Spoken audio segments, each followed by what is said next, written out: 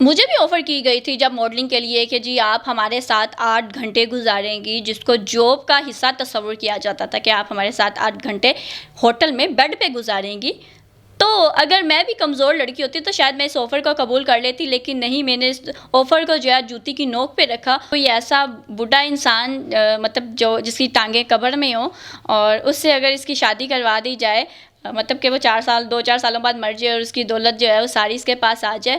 میرا پاکستان کی ویڈیوز کو دیکھنے کے لیے چینل کو سبسکرائب کیجئے اور بیل آئیکن کو کلک کرنا مت بھولیے تاکہ آپ کو ہماری تمام آنے والی ویڈیوز بآسانی مل سکیں. السلام علیکم ناظرین، آپ دیکھ رہے ہیں میرا پاکستان اور میں ہوں آپ کا ہوسٹ حارث بھٹی. پاکستان میں آئے دن ہراسمنٹ کے کیس آپ کے سامنے آتے رہتے ہیں اور اس میں جو مجبور یا اس میں جو ایک آپ یہ کہہ سکتے ہیں کہ لڑکی کو بڑا کمزور دکھایا جاتا ہے، لڑکی کو بتایا جاتا ہے کہ لڑکی ہراس ہو گئی لوگوں کی باتوں میں آ کر، یا لڑکی کو ہراس کیا گیا.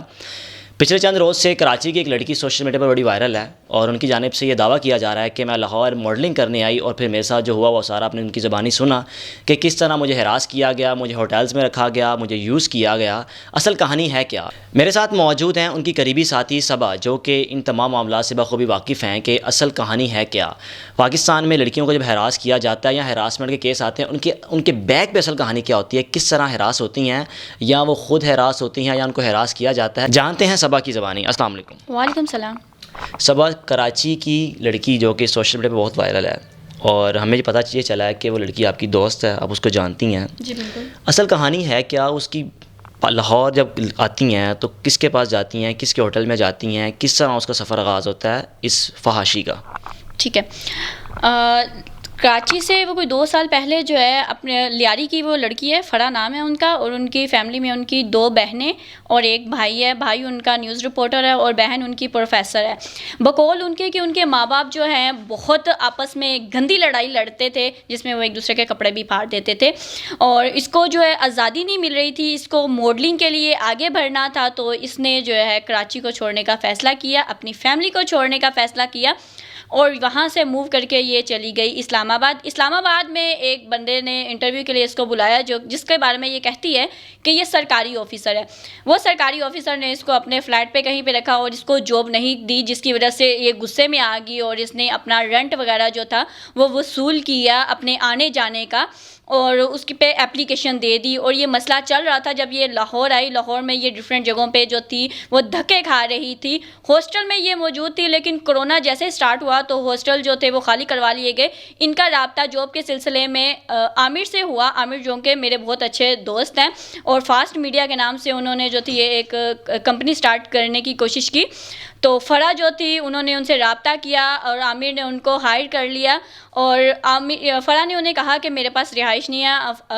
عامر نے ان کو اپنے جو آفس میں ہی رہائش دی، اور جس کی وجہ سے فرا کی کچھ حرکات کچھ ٹائم کے بعد ناقابل برداشت ہو گئی. ان کا راتوں کو باہر جانا، ان کے دوستوں کا ان کو پک کر کے شیشہ پارٹیز میں اور ڈرگز پارٹیز میں، ڈانس پارٹیز میں. آپ سے تعلق کب کا ان کا؟ میں ان کو پچھلے 1 سال سے مئی سے جانتی ہوں میں ان کو، اور میری ان سے عامر کے آفس میں ہی دوستی ہوئی تھی. آپ کو کتنی بار آفر ہوئی ہے فحاشی کی طرف آنے کی؟ میری طرف کوئی آنکھ اٹھا کر تو دیکھے، میں اس کی آنکھیں باہر نکال دوں گی. میری آفر ہوئی؟ لوگ یہاں پہ میں کہوں کہ نہیں ہوئی تو ہوتی ہے، لوگ آپ کی طرف دیکھتے ہیں، لیکن آپ کو جج کرنا ہے کہ اگلے بندے کو آپ نے کس طرح سے ہینڈل کرنا ہے. میری طرف کوئی آنکھ اٹھا کے تب تک نہیں دیکھے گا جب تک میں خود نہیں چاہوں گی. اگر آفر ہوئی ہیں تو اس میں کیا آفرز کیا تھیں؟ کیا ہوتا ہے؟ گھر بار ہوتا ہے، جابز ہوتی ہیں، کیا ہوتا ہے؟ یہاں پہ سب کچھ ہی ملتا ہے آپ کو یہاں پہ، لیکن صرف آفرز کی حد تک ہوتا ہے. آپ کو کہا جاتا ہے جی آپ کو گھر دیا جائے گا، آپ کو پیسے دیے جائیں گے. ایمن کے لڑکیاں آج کل جو ہیں آئی فون کے چکر میں بھی اپنی عزت لٹا بیٹھتی ہیں. تو میں یہی لڑکیوں کو پیغام دینا چاہوں گی کہ ان چیزوں کے لالچ میں مت آئے. آپ کو صرف لالچ دیا جاتا ہے، آپ کو کبھی بھی یہ چیزیں بالکل بھی نہیں ملیں گی. اپنی عزت، اپنے ماں باپ کی، اپنے خاندان کی عزت کو برقرار رکھیے. فرا آپ کو کیا کہتی تھی کہ مجھے کیا چاہیے، کس سے شادی کرنی ہے، کس کے پاس سیٹل کرنا ہے، کس کے پاس جانا ہے؟ کوئی ایسی پارٹی چاہتی تھی جو کہ اسٹرانگ ہو اور اس کو گھر دے سکے، اس کے مطلب اخراجات اٹھا سکے، اس کی عیاشیوں کا اٹھا سکے، اور عزت کے ساتھ فرح جو ہے وہ رہنا نہیں چاہتی تھی، وہ اپنی عیاشیاں بالکل بھی نہیں چھوڑنا چاہتی تھی، مطلب کہ ڈانس پارٹیز میں جانا. میں آپ کو ویڈیو پرووائڈ کر دوں گی جس میں آپ دیکھ سکتے ہیں کہ وہ ڈانس کر رہی ہیں اور وہ شیشہ یوز کر رہی ہیں اور وہ الزام لگا رہی ہے عامر پہ. عامر آپ کو مطلب کہ عامر مجھے جو ہے وہ مجبور کرتا ہے کہ آپ میرے دوستوں کے ساتھ جو ہے ان کو خوش کرو، یہ وہ. اس طرح کبھی بھی نہیں ہوتا. فرح ایک باشعور لڑکی ہے، اگر اسے کوئی مجبور کر رہا ہے تو وہ باہر نکلے. اس کو پولیس اسٹیشن کا پتہ ہے، لڑکیوں کو پتہ ہونا چاہیے کہ ان کے حقوق کیا ہیں، اور وہ اگر ان کے ساتھ برا کیا جا رہا ہے تو وہ کہاں پہ جا سکتی ہیں. آپ سائبر کرائم میں جاؤ، آپ پولیس اسٹیشن جاؤ، آپ میڈیا پہ جاؤ، وہاں پہ جا کے اپنے ثبوت دو. اگر کسی پہ الزام لگا رہے ہو، اگر آپ ثبوت دیں گی تو آپ کی کیسے نہیں آواز سنی جائے گی. آپ فضول جو ہے حرکات، اپنی ساری باتیں چھپا کے آپ دوسرے پہ الزام کیسے لگا سکتے ہو. تو فرح کی بھی یہی کہانی ہے. فرح جو ہے وہ پیسے کے چکر میں یو ایس سے سیٹل ہو جائے، وہ چاہتی ہے کہ عامر اس کو یو ایس سے سیٹل کر دے. اس چکر میں جو ہے وہ اس نے فیک نکاح نامہ تیار کیا اور اس طرح کی حرکات کر رہی ہے. ایک بوڑھے شخص کی کیا کہانی ہے؟ اس نے آپ سے ریکویسٹ کی کہ میری شادی کسی ایسے شخص سے کروا دو، وہ کیا؟ اس نے مجھ سے ریکویسٹ کی تھی کہ کوئی ایسا بوڑھا انسان مطلب جس کی ٹانگیں قبر میں ہوں اور اس سے اگر اس کی شادی کروا دی جائے، مطلب کہ وہ 2-4 سالوں بعد مر جائے اور اس کی دولت جو ہے وہ ساری اس کے پاس آ جائے. تو مجھے اس کی بات پہ بہت ہنسی آئی تھی.